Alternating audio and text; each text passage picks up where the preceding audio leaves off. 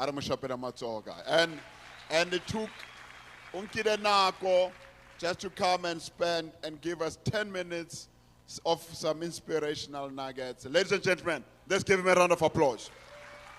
We can do much better than that.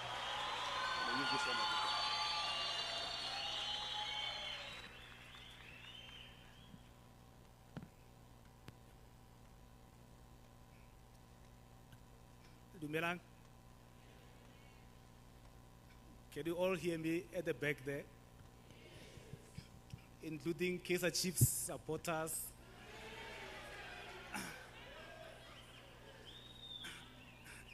And the other team in Manchester as well. I have a TV that is 5 years old. And then on that TV, we've never seen Manchester United hosting a cup.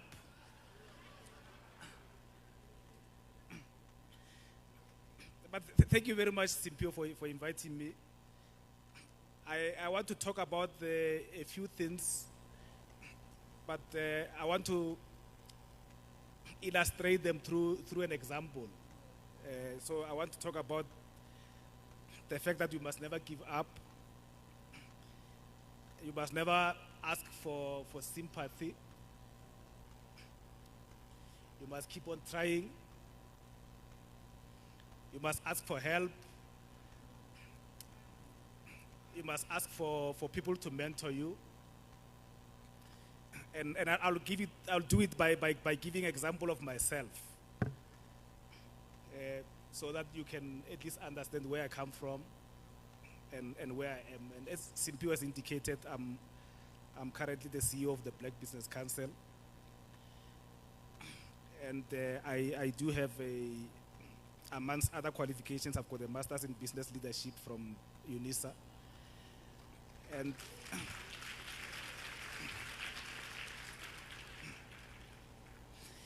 I've done most of my qualifications through correspondence, which means you have to have a certain of discipline to do things like that. And I serve on various boards. So maybe as a start, I was born in a rural area in Limpopo. And then some years ago, I'm sure most of you, or all of you were not born by that time. So I was raised in a village. I know some of the people who are from the township may not understand what the village is.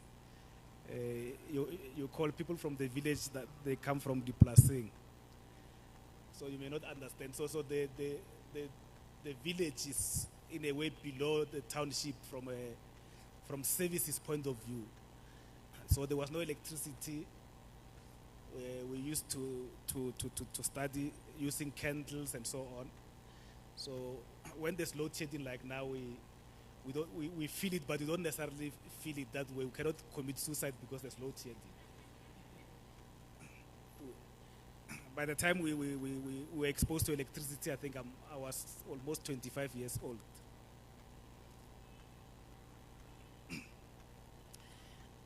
So I had a mother. My mother was a general worker and a helper, and my father, who passed away, was basically very, very sick. So he was not able to work, and we were still 8 in the family. So I'm number 2 in the family of 8. So that is 8 children, not 8 in total. So I started school at the age of 6, and there was no any particular reason for that. It was just because I was a little bit taller. During our time, when you go to school, they will ask you to touch this ear here with the hand. So the shorter people had to wait for longer before they start their schooling. So Simpio, maybe you'll have started 2 years after me. So most of the time we didn't have food because obviously my mother was not working. We didn't have shoes when we go to school. We didn't have clothes. And I remember at some stage when I was doing standard 8, I think it's called grade 10. I wanted to leave school because I saw my mother was struggling. So I thought maybe let me leave school and go and help my mother to raise the siblings. Unfortunately, my mother always had a serious foresight, and she said no. So what then I did, I decided to, those who are familiar with the villages, we've got people who've got cattle, people who've got sheep. So I went to one of the people who've got cattle and then decided to say, let me help you with the looking after the cattle during the weekend. And then they paid me with milk. So I'll then take the milk, take it home and give it to my siblings to feed them. And then high school, I was always almost the youngest in class. And the distance from where we stayed and where the high school was around 8 to 10 kilometers, where we have to walk every day. And even now people are still walking, so not much has necessarily changed. So I completed my matric at 17, and that's when then reality started, because you complete, and then the following year all my friends went to tertiary institutions. They went to varsity, all of them, and I was left at the village alone. And you can just imagine the stress that comes with that. And I'm telling you this story is not that you must feel pity for me, but so that some of you or even one person may relate to the story. But at the end of the day, you should not give up. So I didn't have money. Then I had to say, but let me try and find some odd jobs. I did some odd jobs. On the third year after finishing matric, I became a teacher for a year. I became an assistant teacher for a year. I was teaching maths and maths, economics, and accounting. And I saved that money for that year, and then I used that money to pay for my first year. And the money was not even enough for the year. It was only enough for 6 months. So I paid for 6 months. I got a bursary for the other 6 months, and then I passed at the end of the year. And then we then had second year, where I was. It was part of those who are older enough, or those who understand history. It was part of what is called Buputatswana. And then the following year there were some riots. Students were striking, and then they checked us out. So imagine I already finished my money during the first semester. I got a bursary for the second semester. Then the following year you got checked from school. And I decided to say that let me try luck, and I applied to the then West Technicon, which was like a white institution, which is now part of University of Johannesburg. And unfortunately, I got admitted with no money, but I managed to get a bursary and to get money to eat and all those things. I had to work after school during weekends, doing stock taking. I even worked at those who are older enough will know that there was a starter fort in Eastgate. So I used to work at starter forts every Friday evening, Saturday and Sunday, and I think that then made me to be able to complete my education, and as they say, that the rest is history. And so I'm telling you that story so that you can understand that wherever you are, if you don't have parents, the parents have passed away, or they are fighting, they've divorced. Don't focus on the parents. Focus on yourself, and ask for help from other people. I always had mentors. Even now I've got people who are mentoring me, and I've approached them as strangers, people that I did not even know, and people were able to help me. So as you are sitting there, you've got a business, you're trying to study, ask strangers. Out of 10, if one assists you out of 10, it's a 10% success. It will help you. So don't sit there with your problems and feeling pity for yourself, because unfortunately, when you tell people your problems, some of them, they go and rejoice. So go and ask help.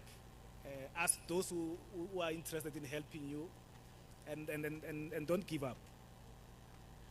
So I think that basically I just want to leave you with that, with those words, that it's possible if you put your mind on it. It's possible if you don't give up, and it's possible if you ask help from other people. They will be able to help you. Thank you. Good. Let's give. Thank you so much. Who left? Is this your phone? Oh, it's your phone. Okay, that's fine. It's safe. We're going to have the last keynote for 15 minutes, and then we will be ready to prepare for tomorrow. The man that I'm about to introduce, I think Hank is talking about mentors. This man is my mentor. When I started in business, it's one of the few guys that I looked up to him. He was once the CEO of Kagiso Trust, involved in a number of businesses. He sits on a number of boards. He's the recent former chair of MMI Holdings, Baba Onang Metropolitan, and all that. He's the former Makulu boss. And he has contributed from his personal account to this project, not from a business. He said, look, I believe in this, and I know he doesn't want me to say that, but we need to celebrate and wax lyrical about people who cares for young people. And he's one of them. Ladies and gentlemen, let's welcome Ubaba UJJ Njeke to come and give us a closing keynote address. We can do much better than that. Much better than that. Thank you so much.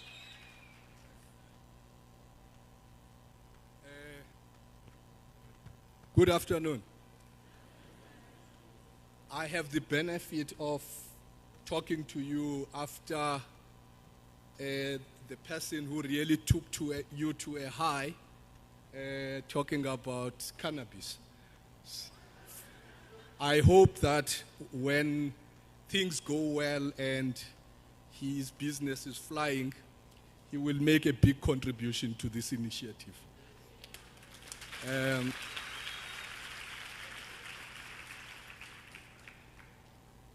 I would like, first of all, to congratulate Simpiwe for organizing this event.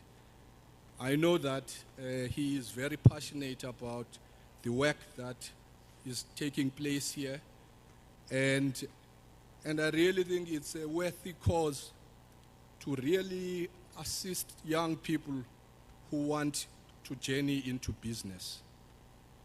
Entrepreneurship is something that we should encourage in this country, particularly because, our government is struggling to create employment. We are challenged by poverty, unemployment, and I think also the most unequal society that we live in. And I think as young people, you really should embrace opportunities like this and make a difference.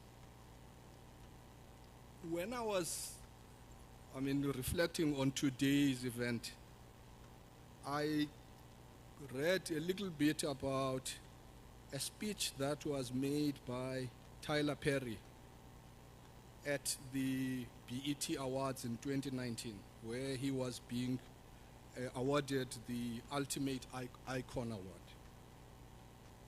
And there were three things that I picked up from that speech. The first one was, he was talking about an old man that he met at an intersection. He was going to school, and this old man kept saying, "Can someone help me cross?" He wanted to cross the road. And Tyler Perry felt pity for this old man and helped him cross. And he then says this became a motto in his life, that he must think about those individuals who are looking for help to cross.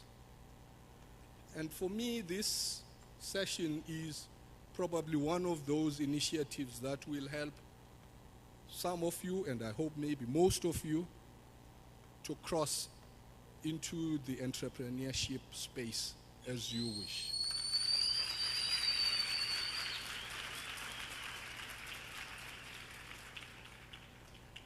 I think the second point that he makes, which is quite interesting, I mean, when I think about BEE, I mean, in most instances, I mean, some of us who have observed and maybe participated in BEE, I mean, we always talk about getting a seat at the table. I mean, you want to have a seat at the table. And he speaks about, you know, this notion of a seat at the table. And he says, while people are busy fighting to get a seat at the table, he says, I was on my way to Atlanta to build my studios. And he said, because I wanted to build my own table, and I know that God will prepare it for me in the presence of my enemies. And therefore, this journey is about you preparing your own table. I mean, not to look for somebody, I mean, who has a table and you say, can I sit next to you at this table? But, I mean, you are on your own to prepare a table for yourself. And then lastly, he says to those who are in this room, and he says, there are individuals out there whose lives are tied to your dream. So if you think about it, in your business, when you start your business, you will have people who will walk in and out every day helping you to build your business. And their lives are tied to the dream that you have in your own mind. So get on with it and build your own stuff. I was thinking about what can I say to you about running a business, because obviously there are certain things that are important, and I just thought maybe I should share some tips with you, and I hope I will not bore you, I mean, and you think this guy is giving us a lecture about business management. But maybe those are things that could help you as you journey in your entrepreneurship endeavors. But one of the things that is critical, I mean, and an important value, I mean, in building a business. You know, one guy wrote a book called Good to Great. I mean, his name is called Jim Collins. And he says, I mean, great leaders are people who demonstrate humility, professionalism, and workmanlike diligence.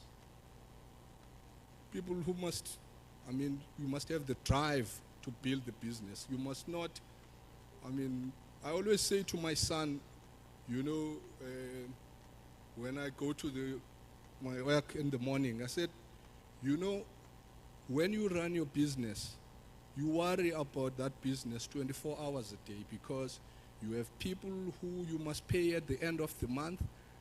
They don't know your financial position. All they know is that I've worked and I deserve to be paid. And therefore, it's up to you to make sure that you keep the business running and those people who support you are rewarded properly. But I mean, some of the thoughts I have about, I mean, starting a business are about just doing homework. Let's assume you want to run a shisanyam.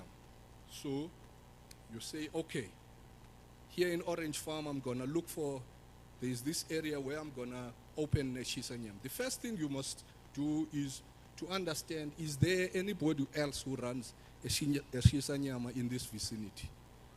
And if that person is there, how does his or her business operate? What are the trading hours?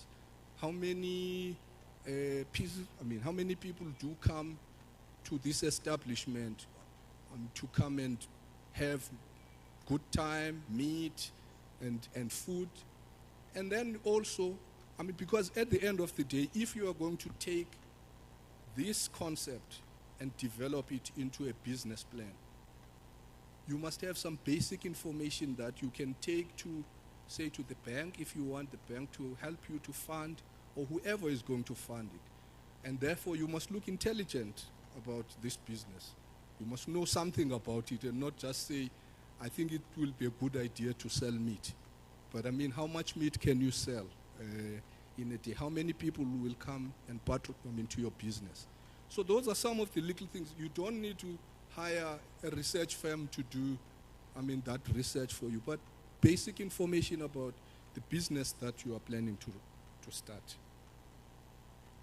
Secondly, you must be disciplined about your business. You must not today start a chisanyama and tomorrow you see somebody renting out, marquees and chairs, and you think this is a better business. Because suddenly, the requirements for that business are different to a chisanyama. And also, if you believe that you are in the right space, stick to it. You can't chop and change every day because, these different businesses need capital and also, different numbers of people that you must employ, different quality of employees for the different businesses. One person who really put this, in a much better way than I'm expressing it, is a gentleman called Steven Schwarzman, who runs one of the large investment firms in the world. He says, at some point in life, figure out who you are and pursue opportunities that are right for you, not someone else's false dream created by others. It must be your dream, not somebody else's dream. Entrepreneurship also requires perseverance. You can't, after a week of starting a business, when you see that maybe you've only served 3 portions of shisanyama in that week, and then you think, no, I'm quitting, I'm going to start something different. Because, obviously, people don't know your business. You must market your business as, the master class was saying, market your business, get people to know about it. And in time, it will take, maybe, in most instances, people will, when they do business plans, they'll say, this business will take 3 years for me to make good money. And in most instances, it takes double the time you've estimated to get the business to the right, levels of profitability. The other point that I think is important is to listen to market feedback. You must have, a few people that you bounce off, some ideas with.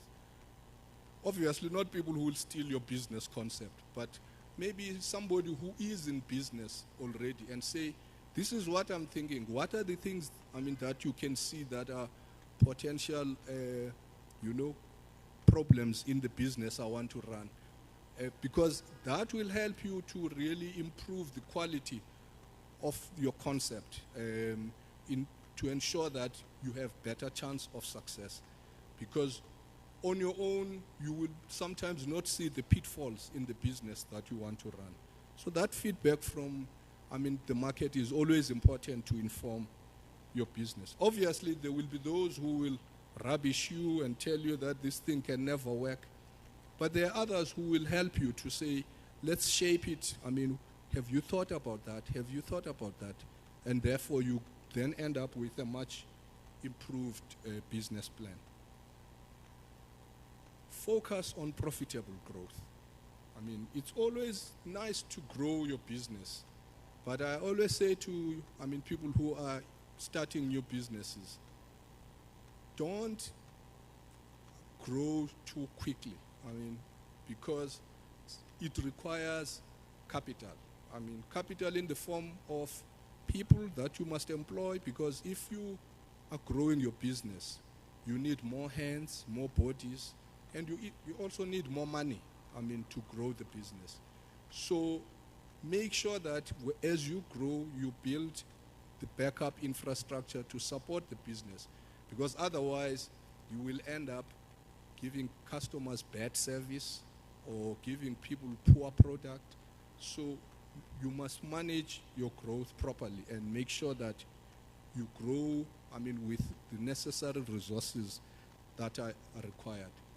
And one of the pitfalls sometimes in running a business, particularly when you are driving growth, is to focus on turnover and forget that you must also manage your working capital.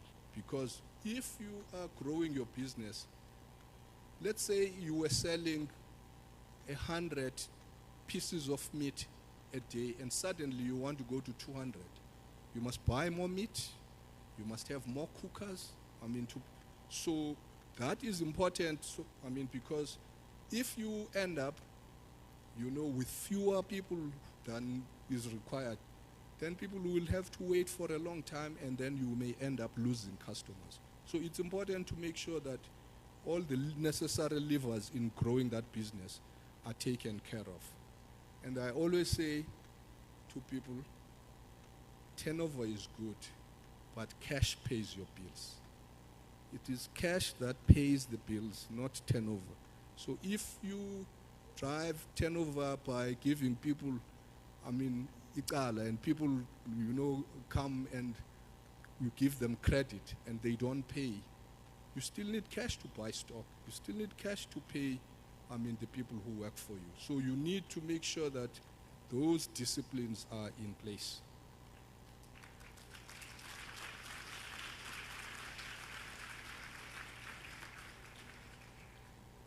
And one of the things that is important in a business is to commit to quality.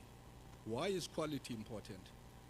If people receive good service or your product is good, they will generally come back to you. But if you give them, let's say, rotten food, abantu mabefika apha bathi, "Hey, lesinkwa sibolile man." But why does he still sell it to us instead of giving it to the pigs? Then you are chasing away your customers. Whereas if they always come to your place and they find fresh bread, a smile, when you service them, and your product, whatever it is, you can talk about the product. No, don't take this one. This is better for you.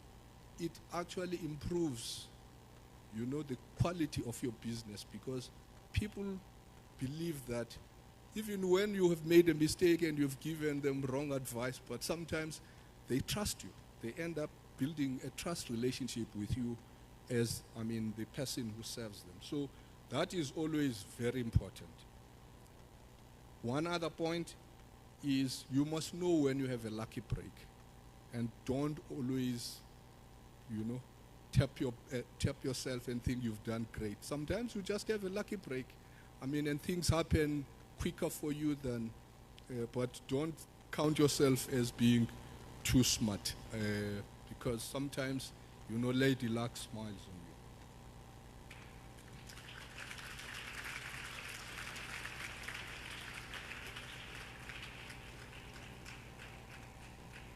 you. As I begin to close, because I don't want to bombard you with lots of stuff, but I just want to say that, the journey of running a business is always, an interesting one and also a difficult one. I just want to share a story with you of, the person I spoke about earlier, this guy, I said he runs Blackstone, one of the big investment funds. In his biography, he relates a story. He used to be, he used to work for Lehman Brothers, when one of the big US investment banks. And he says when he left with his partner, they were trying to raise money. So they went to MIT University to talk to the guys who run the pension fund there. Says it was on a Friday. They went there. They had flown. It's like you fly from here to Cape Town to go and talk to these people who manage funds there. And then when they get there, they had a confirmed appointment for 3 o'clock. And the security says, no, the guys are not here. It's a Friday. They are gone for the week. And he says, but we had an appointment confirmed. We flew there. And the guy I was with was my former boss. He was the MD of Lehman Brothers, but we left and decided to start this business. He says we were devastated. We were not sure whether this is the right thing to do. And so I'm saying to you that when you start a business, you will have moments where you feel despair and despondent and you think that this thing will never work. But it happens to even those who have occupied higher echelons in business. When you start, people need to trust the concept and believe in what you are trying to do. So don't despair.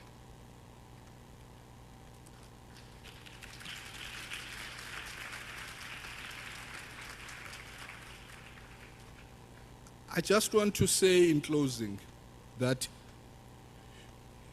sometimes some of us may sound wise and maybe sound like we've seen it all.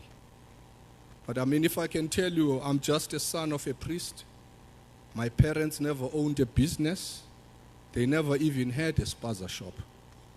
So don't allow your background to define. No one can extinguish that flame in your heart to be an entrepreneur. If this is your calling, go for it and make your own table, and God will prepare it for you in the presence of your enemies. I thank you.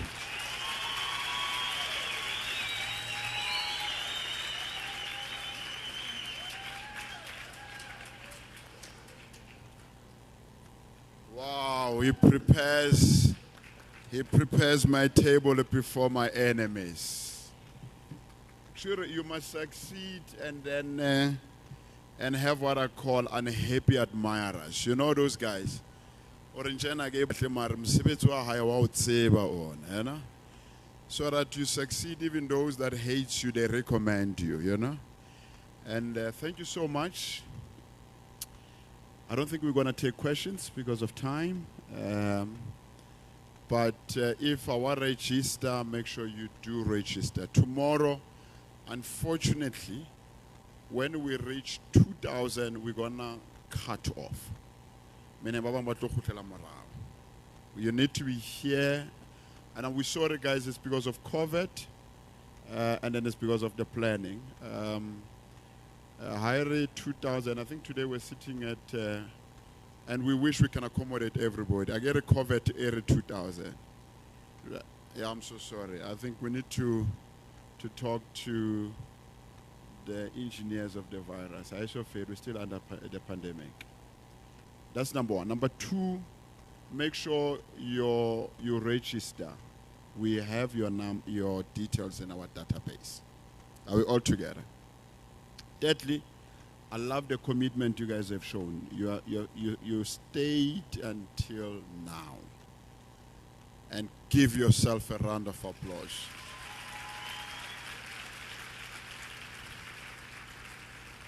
It really means commitment. It means nothing but commitment, and we appreciate you for that. Then we'll see you tomorrow in the morning. We have some exciting entertainment. We also have the Deputy Minister of Education, that Manamela, will come and address us. But we have a number of opportunities we'll be presenting to you, colleagues, tomorrow morning. Don't be late. The registration starts at 7. I hope we'll close at 9, because we're starting at 9 exactly. Please make sure you arrive on time. We'll see you tomorrow. And don't forget to tweet about it. Take pictures outside. Go to the exhibition stands. Opportunities are still there. As forget John Week in Tuana while Thank you, ladies and gentlemen.